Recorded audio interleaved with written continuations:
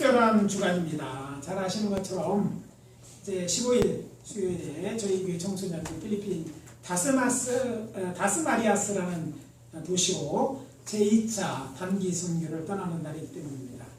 코로나19 이제 바이러스가 확산되고 또 지난 3년 동안 이제 직접적으로 선교의 길이 막혀 있었습니다. 그렇지만 이제는 세계적으로 코로나19 바이러스 확산 속도가 많이 둔화되었고 또 백신 접종자 수가 많아지고 국가가 이 질병을 어느 정도 통제할 수 있게 되면서 아직은 제한적이지만 다른 나라로의 여행과 활동이 가능해졌기 때문입니다. 그래서 저희 교회도 올해 다시 청소년 단기 선교팀을 필리핀에 파송하기에 이른 것입니다. 젊어서 선교지에 가는 것 그에게 큰 경험이 되어지고 또 얼마나 우리가 지금 감사의 환경에 있는 것인지 알게 되고 또 인생에 하나님과 함께 이게 젊은 시대를 하나님께 드릴 수 있다는 것, 이 큰 축복인 줄 압니다. 그래서 이번 기회에 우리 기도 많이 해주세요. 그래서 기도를 많이 해주셔야지 이들이 모든 과정을 잘 마치고 그럴 줄 믿습니다. 따라서 저는 오늘 선교에 대해 초점을 맞춰 봉독한 본문을 중심으로 생명은 생명으로부터라는 제목으로 말씀을 전하고 은혜를 나누도록 하겠습니다. 지금 이 시간 우리가 들어야 될 하나님의 첫 번째 메시지는 이것입니다. 생명은 생명으로부터 온다. 따라해 봅시다. 생명은 생명으로부터 온다. 사람의 생명은 그냥 생긴 것이 아니라 하나님의 생명으로부터 왔습니다. 신문에 종종 농사 짓는 농부들과 종자를 꾸고 종묘 회사와의 분쟁이 실립니다.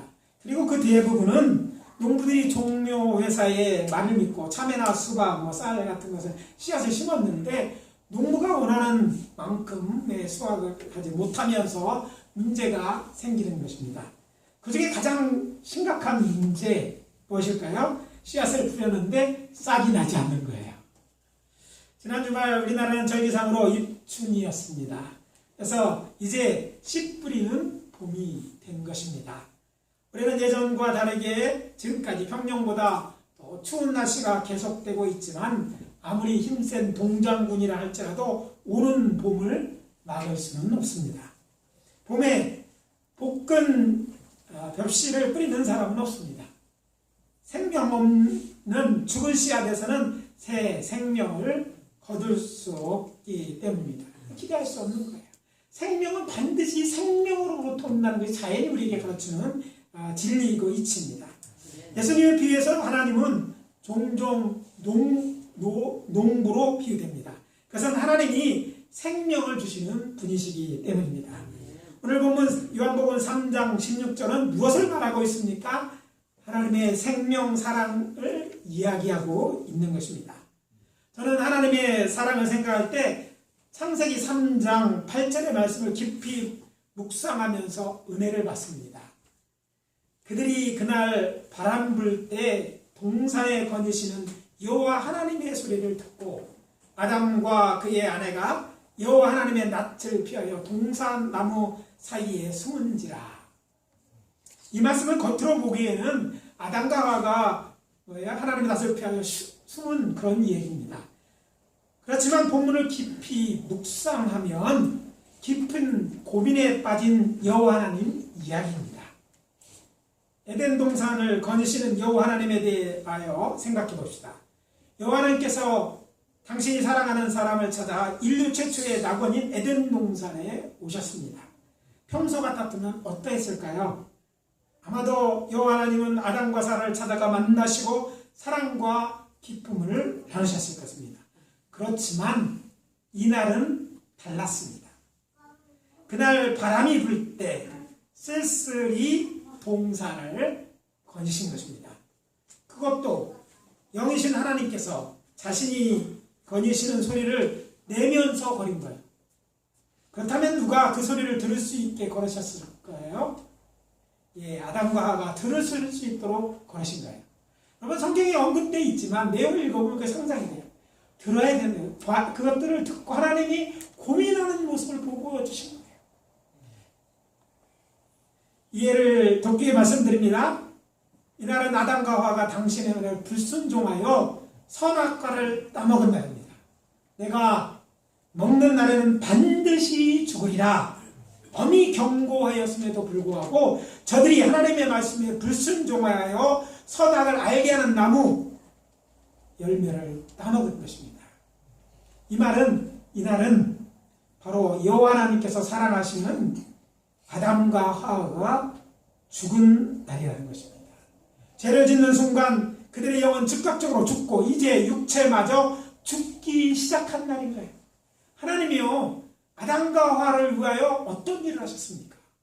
에덴 동산 낙원을 만드셨어요. 낙원이 이제 천지 만물을 다 창조하신 거예요.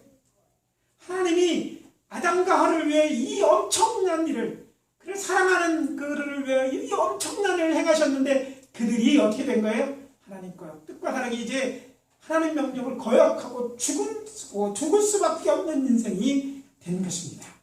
사랑하는 자의 배신, 그리고 사랑하는 자들의 죽음, 이것이 여호와 하나님으로 깊은 고뇌에 빠뜨렸던 것입니다. 그래서 성경의 행간을 읽을 때 이것이 드러나는데, 여러분 하나님의 사랑에 대해 이 점에 대해서 저처럼 묵상하면 큰 은혜가 될 줄 압니다. 이제 그들을 기다리는 것은 하나님의 심판과 죄의 결과입니다. 여호와 하나님께서 아담과 하와 그리고 사탄의 죄에 대해 이제 심판하신 후에 저들을 위해 가죽옷을 지어 입으시고 에덴 동산에 쫓아내십니다. 여기서 놓치지 말아야 할 것은 여호와 하나님께 죄인된 저들을 위해 친히 가죽옷을 지어 입히셨다는 것입니다. 이제 다시 오늘 본문으로 돌아가서 성자 하나님이신 예수님이 직접 말씀하십니다. 독생자를 주셨으니 이는 그를 믿는 자마다 멸망치 않고 영생을 얻게 하려 하시니라. 여호와 하나님께서 영원히 멸망을 받을 수밖에 없는 세상을 구하려고 독생자 예수를 세상에 보내어 저들의 죄를 전가시켜 죽이심으로 아담과 하와에게 입으신 가죽옷처럼 저를 믿는 자들을 죄에서 구원하여 영생을 얻게 하시는 것입니다. 그렇다면 왜 하나님께서 자신의 아들, 그것도 독생자를 가죽옷을 만들기 위해 죽인 짐승처럼 저를 죽이신 것입니까? 사랑하는 저들, 하나님의 범죄했지만 아담과 하와를 구원하시기 위하여 그리 하신 것입니다. 이것이 하나님께서 예수님을 통해 세상 사람들에게 가르쳐 주시는 구원의 진리입니다. 많은 사람들이 죽음이라는 현실 앞에서 어떻게 하면 구원받을까, 영생을 할까 고민하고 수많은 답을 얘기하지만 그것은 진리가 아닙니다. 하나님, 우리를 만드신 하나님이 가르쳐주는 진리는 예수를 믿음을 통해서 얻는 이 구원의 진리입니다. 이 진리를 모르고서는 하나님을 믿을 수도 없고 구원을 받을 수도 없기 때문입니다. 선교, 바로 이 진리를 세상 사람들에게 알도록 전하는 것입니다. 그래서 귀한 일입니다. 지금도 이 지구 사는 많은 사람이 이 기쁜 소식을 듣지 못해 죽어가고 있습니다. 특히 영어로 1040 윈도우라고 얘기합니다. 북위 10도에서 40도에 위치한 대부분의 사람들은요, 한국 사람들처럼 복음을 거절할 수조차 없습니다. 듣지 못해서, 전하는 사람이 없어서 나서 죽을 때까지 예수에 대한 소리 듣지 못하고 죽어가는 거예요.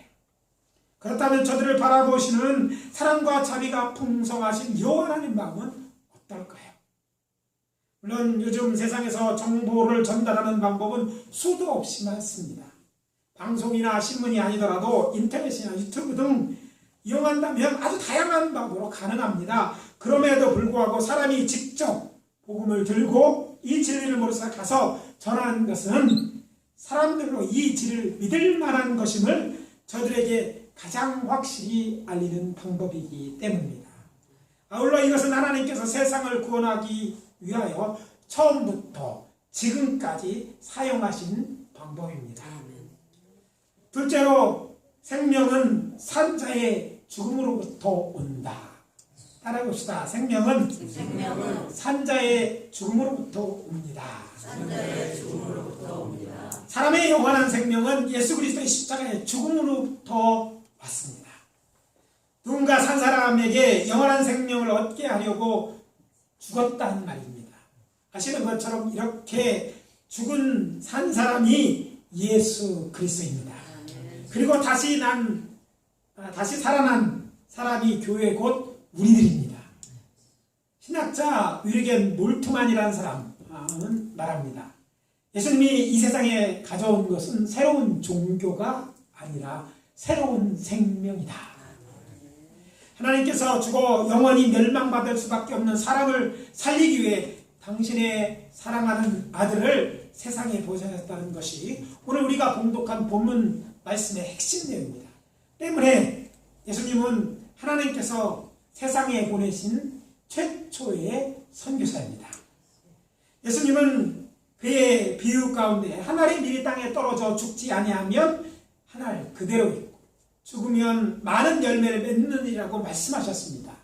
성자 하나님이신 예수께서 친히 세상에 오셔서 죽으심으로 저를 믿는 자들로 살게 하시는 것입니다. 산자 곧 성자 하나님이신 예수님의 죽음은 여호와 하나님의 뜻으로 예수님의 뜻에 순종하여 죽으신 것입니다. 이것은 우리가 원하는 일도 아니고 우리의 동의가 필요한 것도 아닌 하나님의 계획이고 하나님 일이었습니다. 그것은 하나님의 일이요 하나님만 또 하실 수 있는 일입니다. 산자고 예수님이 오심과 죽음 그리고 부활은 우리가 관여할 수 있는 일이 아니라는 말입니다. 하나님이 일방적으로 주도적으로 우리를 위해서 하신 거예요. 사랑하시기 때문에. 그리고 이 모든 일은 이미 지금부터 2000년 전에 이루어진 일입니다. 하나님의 아들 예수의 죽음 단 한 번의 사건으로 충분했고 그 위에 모든 사람, 예수 믿는 사람들은 영생을 얻게 될 줄로 믿습니다.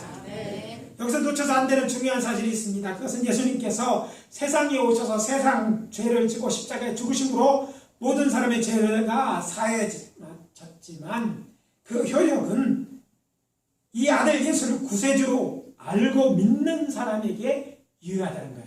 세상을 위해 다 죽으셨지만 모든 사람의 그냥 구원을 받는 게 아니라 이런 하나님의 계획과 하나심을 믿고 그 예수님 나를 위해 죽으신 예수를 구주로 믿는 자만이 예수에 있던 생명이 우리에게 전해지고 산다는 거예요. 아멘.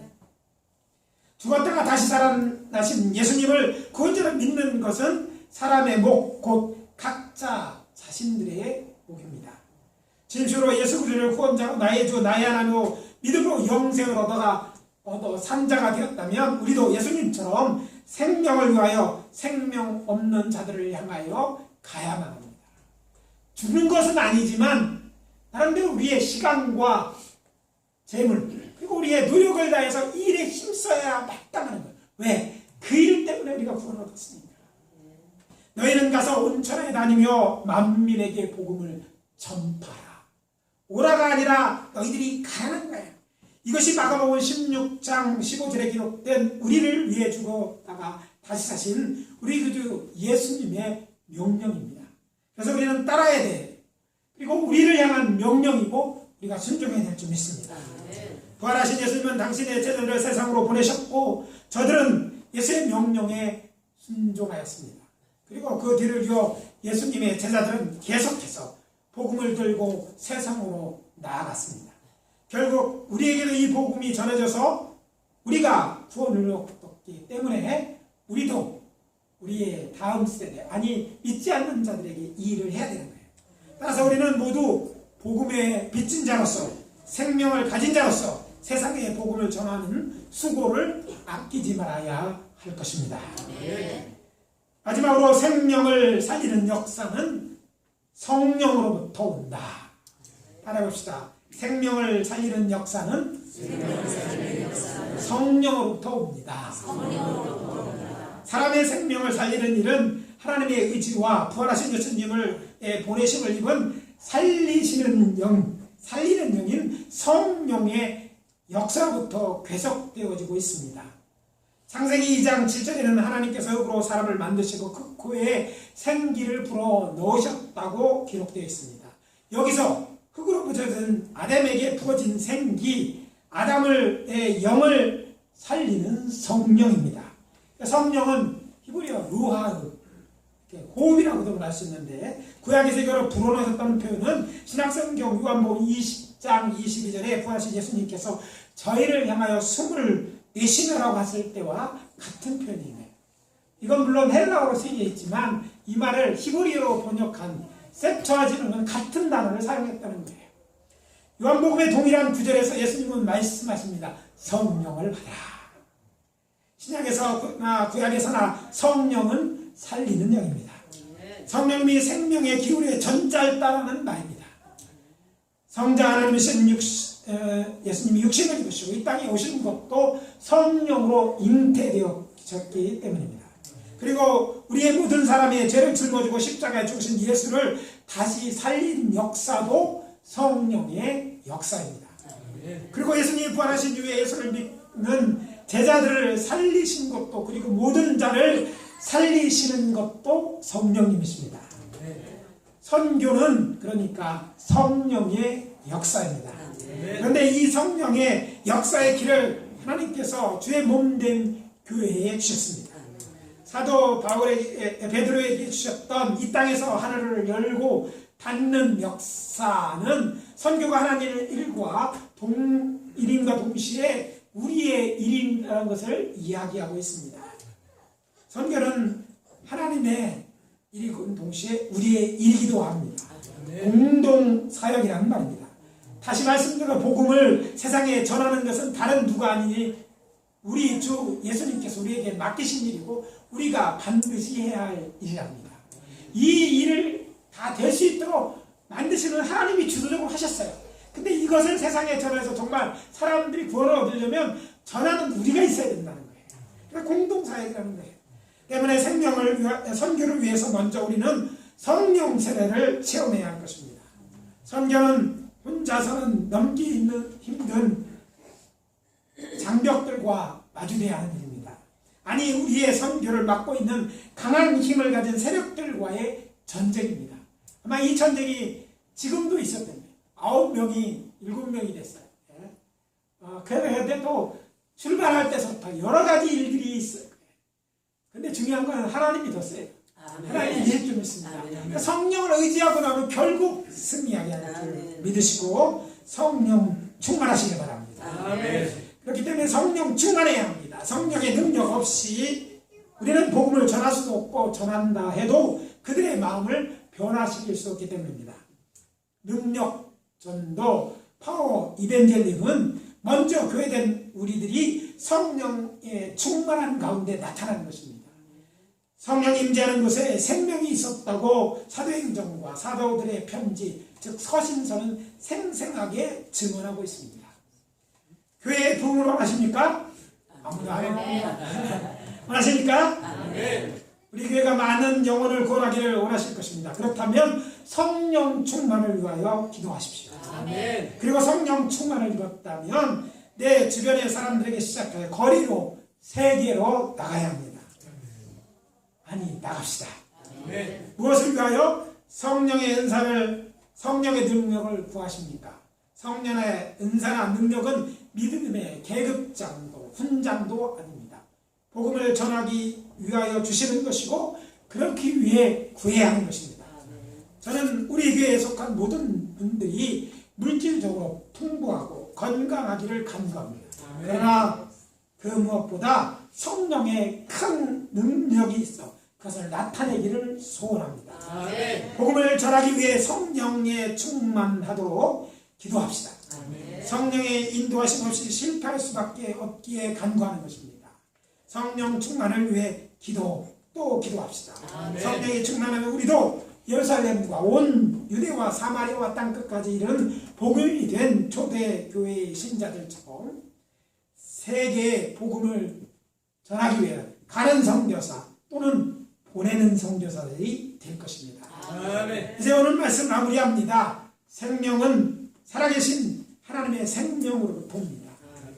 생명은 산자 곧 예수님의 십자가의 주로부터 옵니다. 생명은 살리는 성령의 역사로부터 옵니다.